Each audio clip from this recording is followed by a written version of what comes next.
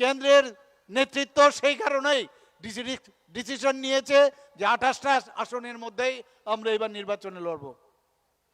আজকে আপনারা সবাই জানেন যে নানা রকম বিভিন্নভাবে মানুষকে কিভাবে মানে বিভ্রান্তি করা যায়, এই মথা পার্টি ভালো করে, খুব ভালো করে জানেন মানুষকে। কারণ জনজাতিরা অত্যন্ত সরল প্রকৃতির হয় এবং তাদেরকে কিভাবে মানে বিভ্রান্ত করে, তাদের থেকে ভোট যে বাক্স সেটা ভোট কিভাবে পাওয়া যায় সেটা ভালো করে জানেন।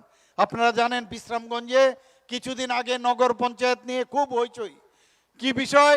যে নগর পঞ্চায়েতে নাকি এই সরকার যে এডিসির অংশ নিয়ে যাচ্ছে। বন্ধুগণ, আপনাদের আমি আবার এখানে বলছি যে আমি যতক্ষণ ধরে আছি মুখ্যমন্ত্রী হিসাবে বা আমাদের সরকার কোনো অবস্থায় এডিসির একটা অংশ কোনো নগর পঞ্চায়েতেই হোক বা আমাদের অন্য জায়গায় হোক একটা অংশ 1 ইঞ্চি জমিও আমরা নেব না বন্ধুগণ। আমি এটা বলে দিচ্ছি আপনাদেরকে। কিন্তু বিভ্রান্তি সৃষ্টি করতে হবে, বিভ্রান্তি সৃষ্টি করতে হবে। মাত্র 3টা পঞ্চায়েত নেওয়া হয়েছে, সেখানের ডিমান্ড এবং সেখানে এসে এই তিপ্রামথার যিনি সুপ্রিমো এসে বলছেন, অফিসারদের বলছেন যে এখানের যে ম্যাপ দেখান। ওনারা যখন সব দেখালেন, তারপরে যখন বুঝতে পারলেন যে না উনি ঠিকই আছেন, আর কোন অফিসার আছে, কার ক্ষমতা আছে যে মিথ্যা কথা বলবে, যা সত্য সেটাই দেখানো হলো। সমস্ত প্রসিডিওর মেনে সেটা করানো হয়েছে। বিভ্রান্তি করে করে করে মানুষকে বোকা বানানোর অমরপুরের ঘটনাও তারা আবার চেষ্টা করছে। এবারও আমি আসার সময় আমি গাড়িতে করে বসে আছি, একজন ওনাদের একজন বিধায়ক আমার কাছে খবর আছে, সেই উনার সম্পর্কে সবাই জানেন কোথার থেকে উনি এসেছেন এবং এখন বারবার, এবং উনার যে ইতিহাস সম্পর্কে সবাই জানেন। আমি ওনার নাম আর বলছি না। উনি আজকাল সিভিল সোসাইটির নামে মাঝে মাঝে আন্দোলনও করেন। আমি শুনলাম যে হাইকোর্টে কেস করেছে। কি কেস? যে সমস্ত রোহিঙ্গারা বাংলাদেশি সব এসে ভিতরে ঢুকে যাচ্ছে, প্রচুর পরিমাণে লোক ঢুকে আছে। আরে আপনি জনপ্রতিনিধি, বিধানসভার মধ্যে কয়েকবার এসব প্রশ্ন করেছেন, আমি তার উত্তর দিয়েছি এবং সমস্ত কাগজপত্র নিয়ে আমি উত্তর দিয়েছি। তারপরেও এই এডিসিকে সামনে রেখে ওনারা এখানে একটা বিভ্রান্তি সৃষ্টি করার জন্য চেষ্টা করেছে। আর মাননীয় হাইকোর্ট কি বলেছেন? ডিসপোজ অফ করে দিয়েছেন।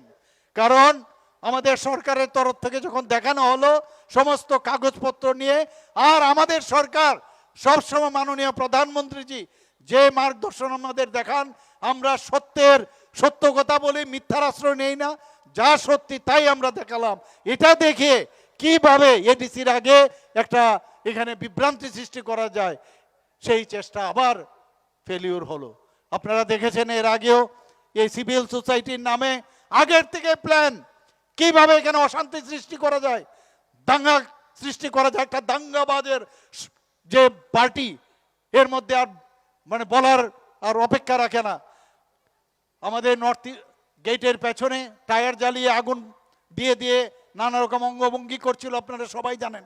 ইচ্ছে করে ওরা চাইছিল পুলিশ লাঠিচার্জ করুক, পুলিশ গুলি চুরুক, যাতে করে তাদের এই যে সুরমা কেন্দ্রে যে শান্তির বাজার আছে সেখানে গিয়ে একটা দাঙ্গা লাগানো যায়, সারা ত্রিপুরাতে দাঙ্গা লাগানো যায়। আমি ইচ্ছে করে আমি বললাম যে না, কোনো অবস্থায় কিছু করা যাবে না। 2টো অবধি বসলো, সারা রাত্র নাকি বসবে, কিন্তু 2টোর সময় কার চক্রান্ত আপনারা এটা আর বললাম না আমি। সেখান থেকে 2টোর সময় তারা বলল না আমরা উঠে যাব সেখান থেকে।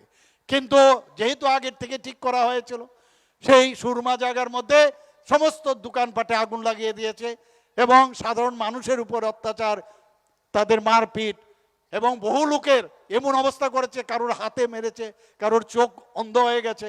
আমি সেখানে পরবর্তী সময়ে আমি গেছি, সেখানে তাদেরকে শুশ্রূষার জন্য যা যা দরকার, এইভাবে একের পর এক ওনাদের কাজই হচ্ছে যে বিভ্রান্তি এবং অশান্তি সৃষ্টি করে মানুষের গায়ের জোরে ভোট নেওয়া এবং সরকারে থাকা।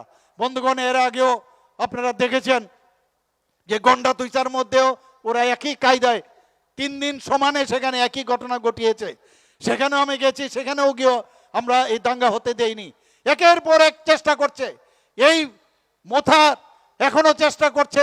কিছুদিন আগে আপনারা দেখেছেন গতকালে কমলপুরে আমাদের মাননীয় এক বিধায়ক ওনার গাড়ি ভাঙচুর করেছেন। এর আগেও একজন আমাদের যেমনি মন্ত্রী আছেন তার গাড়িতে হামলা করেছেন। কিন্তু আমি বন্ধুগণ আপনাদের সামনে বলছি, কাউকে ছাড়া হবে না। গতকাল একজন অ্যারেস্ট হয়েছে, বাকি জনেরও ঘরে নেই, দৌড়ছে একের জায়গা। আমি বলে দিয়েছি, আইনের পথে আমরা চলবো। আমরা আইনের হাতে আমরা আমাদের হাতে নেব না। আইনের যা আছে, পুলিশিং যা ব্যবস্থা আছে, তারা তাদের কাজ করবে। বন্ধুগণ, আমরা কি রকম লোক, কি ধরনের ব্যক্তি, কাদের হাতে আমরা এডিসি কে আমরা দিয়েছি। কিন্তু এইবার কিন্তু নিজেদের পায়ের নিচের মাটি কিন্তু আস্তে আস্তে সরে যাচ্ছে। সরে যাওয়ার কারণেই আমাকে অনেক সাংবাদিক বন্ধুরা আমাকে জিজ্ঞেস করেছিলেন যে ওনারা এইরকম করছেন কেন। কারণ ওনাদের কাছে ওনাদের পায়ের নিচে মাটি সরে গেছে, যে কারণে ডিপ্রেশন থেকে ফ্রাস্ট্রেটেড হয়ে এখন এই সব কাজ করছে। বন্ধুগণ, আমরা কোনো অবস্থায় আমাদের সংযত থাকতে হবে এবং আমরা সব জায়গায় 28টা আমি প্রথম থেকে বলে আসছি, আমরা চেয়েছিলাম ওনাদের সাথে থাকতে, আমরা চেয়েছিলাম সবার সাথে থাকতে, সবকা সাথ সবকা বিকাশের কথা নিয়ে আমরা সবসময় থাকি। কিন্তু আমাদের ব্ল্যাকমেইল করবে, ব্ল্যাকমেইল করে থাকবে, সেটা কোনো অবস্থায় আমরা হতে দেব না। বন্ধুগণ, আমরা দেখলাম কিছুদিন আগে অদ্ভুত ইনি কি বললেন যে এখানে তিপ্রাল্যান্ড, আবার তিপ্রাল্যান্ডের নাম দিয়েছে। বন্ধুগণ, আমি অত্যন্ত একটা মজার বিষয় আপনাকে জানি যে তিপ্রাল্যান্ড এটা কি সম্ভব? কোনোদিন হবে তিপ্রাল্যান্ড? আগে এটা তো বেআইনি কথা, এবং আইনের যদি কোনো ব্যবস্থা নেওয়া হয় তাহলে সমস্যা হয়ে যাবে। বন্ধুগণ, একটা অন্য দেশের সাথে আমাদের যে দেশ, এই দেশের সাথে যে সম্পর্ক, একটা স্টেট বা কোনো একটা এডিসি গিয়ে অন্য রাজ্য দখল করতে পারবে কোনোদিন? সম্ভব সেটা? তো তার যে একটা অস্থিরতা সৃষ্টি করা, মানুষকে বিভ্রান্ত করে, এর আগেও তিপ্রাল্যান্ড, এরপরে পুইলা জাতি, এরপরে কংগ্রেস পার্টি, এরপরে শেষ পর্যন্ত মথা, এখন ওয়ান নর্থ ইস্ট, এক একবার এক এক কথা বলছেন। আমি আপনাদের কাছে একটা কথাই বলবো, বিনীত নিবেদন, এইসব পার্টির থেকে দূরে থাকুন। এইসব পার্টি মানুষের কাজ করে না, নিজেদের কাজের জন্য, নিজেদের ভেস্টেড ইন্টারেস্টের জন্য মানুষকে বুকা বাড়ানোর যা যা কায়দে আছে, ঘুম থেকে উঠে খালি এইসব কাজ করে। বন্ধুগণ, এতদিনের সময়ে কথা বলে প্রকৃত সময় এসছে এখন। আপনাদের যদি ভারতীয় জনতা পার্টিকে, আমাদের যে ক্যান্ডিডেট, শুধু এখানে না সমস্ত জায়গায় আমাদের ক্যান্ডিডেটকে যদি আপনারা জেতান, তাহলে আপনারা দেখবেন ভারতীয় জনতা পার্টি জনজাতিদের জন্য কি করেন এবং কি উন্নয়ন করতে পারে, সেটা আপনারা দেখবেন। মাননীয় প্রধানমন্ত্রীজি সেটা করিয়ে দেখাবেন এবং আমরাও সেই দিকে আমরা কাজ করি। বন্ধুগণ, জনজাতিদের একমাত্র মাননীয় প্রধানমন্ত্রীজি আসার পর আপনারা একবার চিন্তা করুন, 2019 থেকে আমাদের সরকার আসছে, এখানে 2018, 2019 থেকে 2026 পর্যন্ত 7 আর +1 8 জন জনজাতি যারা আছেন তাদেরকে পদ্মশ্রী, বিভিন্ন ক্ষেত্রে যারা বিশিষ্টতা লাভ করেছেন তাদেরকে পদ্মশ্রী উপাধি দিয়েছেন। বন্ধুগণ, আমাদের ত্রিপুরার থেকে আমাদের রাজ পরিবারের একজন, যার নাম আপনারা সবাই জানেন, শ্রী জিষ্ণু দেববর্মন মহোদয়, আগে উপমুখ্যমন্ত্রী ছিলেন। এটা ত্রিপুরার মতো একটা ছোট রাজ্য, সেখান থেকে আজকে রাজ পরিবারের ফ্যামিলির উনাকে কি করেছেন, রাজ্যপাল বানিয়েছেন। কোথাকার? তেলেঙ্গানার। আর সেই তেলেঙ্গানার থেকে এখন আরো আপলিফট করে মহারাষ্ট্রের রাজ্যপাল করেছেন। কিন্তু একটিবারও মথার থেকে ওনাকে কনগ্রাচুলেশন আপনারা শুনেননি করতে, একটিবারও কিন্তু করেন না। কিন্তু আমরা বারবার এই কথাটা আমরা বলি। মহারাজা বীর বিক্রম কিশোর মাণিক্য বাহাদুর, আমাদের জানি যে দ্বিতীয় বিশ্বযুদ্ধের সময় একদম শেষ ভাগে সিঙ্গারবিল এয়ারপোর্ট হয়। এর আগে তো অনেক কংগ্রেস ছিল, সিপিএম ছিল, এখন একজন আরেকজনের হাত মিলিয়েছে এবং খুনি, এবং আমরা ইলেকশনের আগে অগ্নিসংযোগ, নির্বাচনোত্তর সন্ত্রাস, এইগুলো তো আমরা দেখে এসেছি। সেই যে সরকার, তারা কিছুই করেনি এবং সেই সম্মান দেয়নি। মাননীয় প্রধানমন্ত্রীজি আসার পর, আমাদের সরকার গঠন হওয়ার পর, আজকে উনার নামে আজকে সেই এয়ারপোর্ট, আজকে এই যে মহারাজা বীর বিক্রম কিশোর মাণিক্য বাহাদুরের নামে সেই এয়ারপোর্ট আজকে নামাঙ্কিত করা হয়েছে। বন্ধুগণ, আমি যখন মুখ্যমন্ত্রী হলাম প্রথমবার, তখন এই আরেকজন যে এস.ডি. বর্মন মহোদয়, আপনারা সবাই জানেন, এত বড় সুরকার, এত বড় গায়ক, সারা ভারতবর্ষে না সারা পৃথিবীর মধ্যেও মানে এইরকম একজন ব্যক্তি পাবেন না। উনার নামে, উনার পূর্ণব বয়ব আমরা মূর্তি আমরা এয়ারপোর্ট থেকে আসতে ওনার আমরা সেখানে স্থাপন করেছি বন্ধুগণ। আমরা জানি কাকে সম্মান করতে হয়, আমরা জানি বীর বিক্রম কিশোর মাণিক্য বাহাদুরের যে আমরা জানি যে উনি ত্রিপুরা আধুনিক ত্রিপুরা রূপকার বলা হয়। আমার বাড়ির ঠিক সামনে একটা আইল্যান্ড ছিল, সেই আইল্যান্ডের নাম গোত্রহীন, যেহেতু আমি এই পজিশনে এসেছি উনার নামে সেই 0 মাইল ফলক সেটাকে উপরে উঠিয়েছি এবং উনার মূর্তি সেখানে স্থাপন করেছি বন্ধুগণ। আমরা সম্মান দিতে জানি এবং এই মথার যিনি স্থাপক যিনি স্থাপন করেছেন ওনাকে আমি ইনভাইটও করেছিলাম, কিন্তু তিনি সেদিন আসেননি। আরে কমিউনিস্টদের সময় ঘরের ভিতর বসেছিল, কোথায় ছিল তখন গণতন্ত্র? আজকে আমরা গণতন্ত্র দিলাম, আজকে নাম দিলাম, সম্মান দিলাম। আজকে রিয়াং শরণার্থীরা আজকে 35 বছর ধরে এই আমাদের এই ত্রিপুরার মধ্যে ওরা বসবাস করছিল, তাদের 23 বছর সমানে, কিন্তু কেউ এদের দিকে নজর দেয়নি। আমাদের সরকার আসার পর তাদের বাসস্থান, তাদের ঘরের ভিতরে ইলেকট্রিসিটি থেকে শুরু করে ফিক্সড ডিপোজিট থেকে শুরু করে রাস্তাঘাট, আজকে স্কুল ইত্যাদি, আমরা রেশন পানি, তাদের যাতে সাস্টেনেবল জীবনযাপন করতে পারে তাদের জন্য তাদের ট্রেনিং দেওয়া, সমস্ত কিছু করছি আমরা। এবং 800 থেকে 900 কোটি টাকা আমাদের সরকার তার জন্য প্যাকেজ দেওয়া হয়েছে। কে করেছে? তখন তো এদেরকে দেখা যায়নি কাউকে। এবং মাঝখানে আমাদের যখন এই সরকার আসার পর আমরা যখন এই মৌ করি, মাঝখানে ল্যাটারাল এন্ট্রি নিয়ে আজকে নিজেকে বলছে যে আমি তো আমার জন্য এটা হয়েছে, সেটা পরের কথা। কিন্তু আমরা জানি আমরা কার জন্য করেছি। আমরা রিয়াং শরণার্থীদের জন্য আমরা করছি। থানসা থানসা থানসা, খালি থানসা বলতে থাকে। আরে থানসা করলে তুমি তো থানসা লোকদেরই রোজ মারছো, যাদের মারছো তারা তো থানসা। কালকেও আমার কাছে যা খবর এলো, যারা পুলিশের অনেক ছেলে মেয়ে আছেন তারা সব জনজাতি গোষ্ঠীর, তাদেরকে পর্যন্ত এই আঘাত করা হয়েছে কমলপুরে বন্ধুগণ। আজকে আপনারা জানেন, মনে আছে আপনাদের উদয়পুরে যে অফিসার ছিল, সেই অফিসার একজন চাকমা সম্প্রদায়ের ছিল, আপনারা সবাই জানেন। রাত্রে 10টার সময় পৌঁছে গেছেন। আরে আমি মুখ্যমন্ত্রী হয়েও তো যাই না কোথাও, আমি যাব রাস্তা দরজা খোলা থাকবে, কি একটা অবস্থা। এবং এটাকে নিয়ে কত রকমের কথাবার্তা, এবং উনাকে যাতে এখান থেকে ট্রান্সফার করা হয় তার জন্য কত চাপ।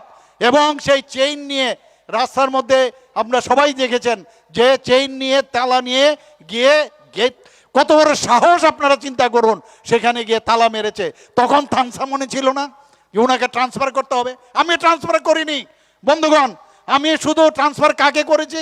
আমি এসপিকে ট্রান্সফার করেছি। কেন আপনি অ্যালাউ করলেন? এবং ট্রান্সফার করে তাকে আগরতলার মধ্যে আমি নিয়ে গেছি। তখন মনে নেই যে এই অফিসার যিনি একজন চাকমা সম্প্রদায়ের, আর আজকে চাকমাদের জন্য অরণ্যরোদন করেন বন্ধুগণ। আমাদের সরকার জনজাতিদের জন্য সব সময় চিন্তা করেন। মাননীয় প্রধানমন্ত্রী যে আসার পর আজকে জনজাতি একজন মহিলাকে রাষ্ট্রপতি বানিয়েছেন, দ্রৌপদী মুর্মুজিকে। আপনারা এই কথাগুলো ভাববেন একবার, কারা চিন্তা করে এইগুলো? আমরা জানি আমাদের জনজাতিরা অত্যন্ত সহজ সরল প্রকৃতির, ভুল বুঝিয়ে বুঝিয়ে নানাভাবে চেষ্টা করছে যে কিভাবে আমাদের এখানে আজকে 21টার মতো আজকে এই ইএমআরএস আজকে 91 মডেল রেসিডেন্সিয়াল স্কুল হয়েছে। 12টা অলরেডি কাজ চালু রয়েছে, 6টা আরও হবে, আর বাকিগুলোও শেষ হবে। আমরা চাইছি যে জনজাতিরা যাতে শিক্ষিত হয়, পড়াশোনার মান যেন বাড়ে। বিভিন্ন যে আজকে যারা বিভিন্ন আমাদের ছেলে মেয়েরা আছেন জনজাতিরা, তাদের হোস্টেল নির্মাণ থেকে আরম্ভ করে এবং তাদের যে টাকা দেওয়ার বিষয় যেটা আমরা ভাতা আমরা দেই, সেখানে আজকে আমাদের সরকার আসার পর সেখানে 85 টাকা করা হয়েছিল 45 টাকা থেকে, এখন আমরা 100 টাকা করেছি বন্ধুগণ। আমরা তাদের বিনা পয়সায় বই দিচ্ছি, খাতা দিচ্ছি, ওখানে স্মার্ট ক্লাস তৈরি করছি। আমরা একের পর এক আমরা কাজ করছি বন্ধুগণ। আজকে জনজাতিরা যাতে বিভিন্ন অফিসে গিয়ে তাদের কাজটা করতে পারে, বিভিন্ন স্কিম রয়েছে, সেন্ট্রালের স্কিম রয়েছে, আমাদের স্টেটের স্কিম রয়েছে। এবং এক একজন অফিসারকে আমরা সাব ডিভিশন লেভেলে শুধুমাত্র জনজাতিদের যে স্কিমগুলো তারাই শুধু দেখবে, তাদের জন্য এক একজন অফিসার নিযুক্ত করেছি। ডিস্ট্রিক্ট লেভেলে একজন করে, সমস্ত ডিস্ট্রিক্টে একজন করে অফিসার আমরা নিয়োগ করেছি বন্ধুগণ। এখন অদ্ভুত লাগে, তিপ্রাল্যান্ড বলছেন, আজকে তিপ্রাল্যান্ড বলছেন, আর একদিকে কি হচ্ছে বাংলাদেশ থেকে হাসনাত মিয়াও বলছেন যে ত্রিপুরা নর্থ ইস্টটা পুরাটা টেনে নিয়ে যাবেন বাংলাদেশে। তাহলে ডিফারেন্সটা কই কোথায় রইল? উনি আজকে কক্সবাজারের কথা বলছেন, চিটাগাং পোর্টের কথা বলছেন, এটা কি সম্ভব?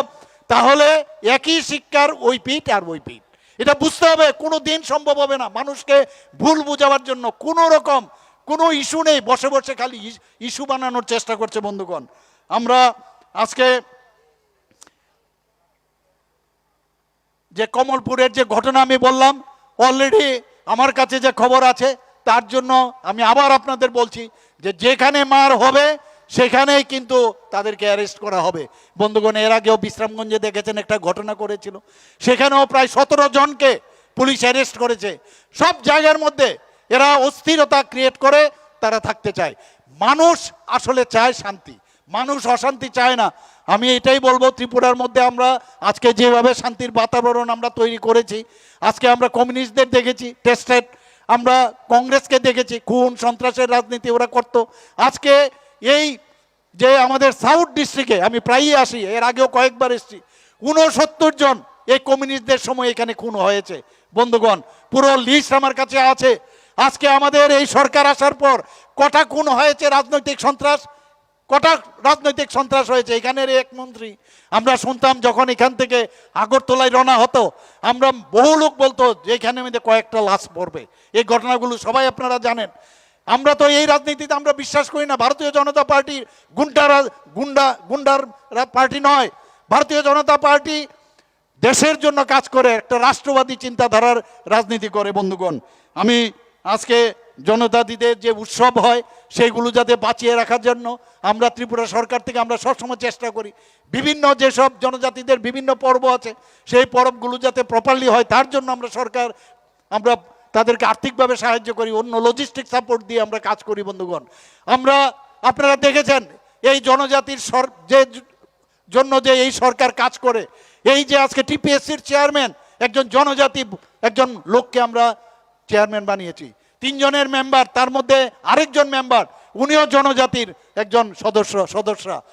তাহলে আমরা কি না কাজ করছি? আমাদের কিছুদিন আগেও দেখলেন আমাদের স্পিকার, যাকে আমরা বিধানসভার স্পিকার বানিয়েছি, একটা সমাজপতি, আমাদের এই জনজাতির সম্প্রদায়ের একজন ব্যক্তিত্ব। একের পর এক আমি যদি লিস্ট বলি শেষ করা যাবে না। প্রচুর কাজ আমরা জনজাতিদের জন্য করছি এবং আগামী দিনও আমরা করব। এর জন্য আপনারা যদি আমাদেরকে সাহায্য করেন তাহলে আমরা সেটা করতে পারবো বন্ধুগণ। আজকে আমি এই শিলাছড়ি মনুবঙ্কুল যে কেন্দ্রের প্রার্থী কংজং মগ, অত্যন্ত সজ্জন ব্যক্তি, তাকে আবার পুনরায় আপনারা জয়ী করবেন। আর এইবার জয়ী করলে কি হবে? সরকার গঠন করবে। আর এই সরকারের নাম কি?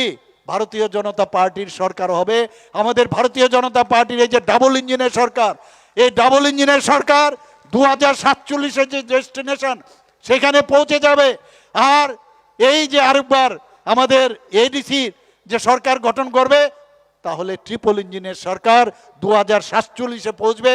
আর বাকি যত পার্টি আছে, কংগ্রেস, সিপিএম এবং এই সব ছোট ছোট যে পার্টি মথার থেকে আরম্ভ করে, তারা ওই প্ল্যাটফর্মে বসে থাকবে, প্ল্যাটফর্মে বসে টাটা বাই বাই করবে, আর আমরা সামনের দিকে চলে যাব বন্ধুগণ। কারণ আমাদের যে গাড়ির ড্রাইভার সামনে যিনি আছেন তার নাম হচ্ছে নরেন্দ্র মোদীজি বন্ধুগণ। আমি যারা বিরোধী যারা আছেন তাদের, আমাদের যিনি গৃহমন্ত্রীজি আছেন, উনি একটা কথা খুব সুন্দর সেদিন বলেছেন। কি বলেছেন? যে मैं एक सुझाव देता हूं सभी पार्टी को, विरोधी वाले को। क्या सुझाव? बोले अपने बारे में कम सोचो। तो क्या करना है? हम लोग जैसे सवेरे से 6 बजे से रात 12 बजे तक काम करते हैं, ये अगर आप करोगे तब जाके ईवीएम में, आप लोग बोलते हो ना ईवीएम में रिजल्ट नहीं है, तब जाके आपको ईवीएम में रिजल्ट मिलेगा। जब हमारा जैसा काम सवेरे से 6 बजे से रात 12 बजे तक काम करोगे। বন্ধুগণ আপনারা দেখুন, সকাল থেকে আমি বিভিন্ন জায়গায় যাচ্ছি, আজকে এখানে রাত্রি পর্যন্ত আমি এসেছি, কোনো রকম সমস্যা নেই। কারণ আমাদের যিনি গার্জিয়ান তার নাম হচ্ছে নরেন্দ্র মোদীজি। এইরকম একজন গার্জিয়ান, আমরা এইরকম অবস্থার মধ্যে আপনারা ইতিহাস সৃষ্টি করবেন। আমি আবার বলছি, এই ইতিহাস আপনাদের সৃষ্টি করতে হবে। এই ত্রিপুরার এডিসির মধ্যে যখন ভারতীয় জনতা পার্টির সরকার হবে, আবার আমি আমাদের এই শিলাছড়ি মনুবঙ্কুলের যিনি ক্যান্ডিডেট আমরা ভারতীয় জনতা পার্টির, তাকে কংজং মগকে শুধু গত বছরের না, এই ভোট চলবে না, জামানত জব্দ করতে হবে যারা আমাদের যারা ওনার সাথে কম্পিট করছে বিরোধী দলের জামানত জব্দ করতে হবে। আমি আবার সবাইকে অসংখ্য ধন্যবাদ জানিয়ে, সবাইকে নমস্কার জানিয়ে আমার কথা বলা শেষ করছি। খুলুঙ্খা এবং আম্বাই, অসংখ্য ধন্যবাদ।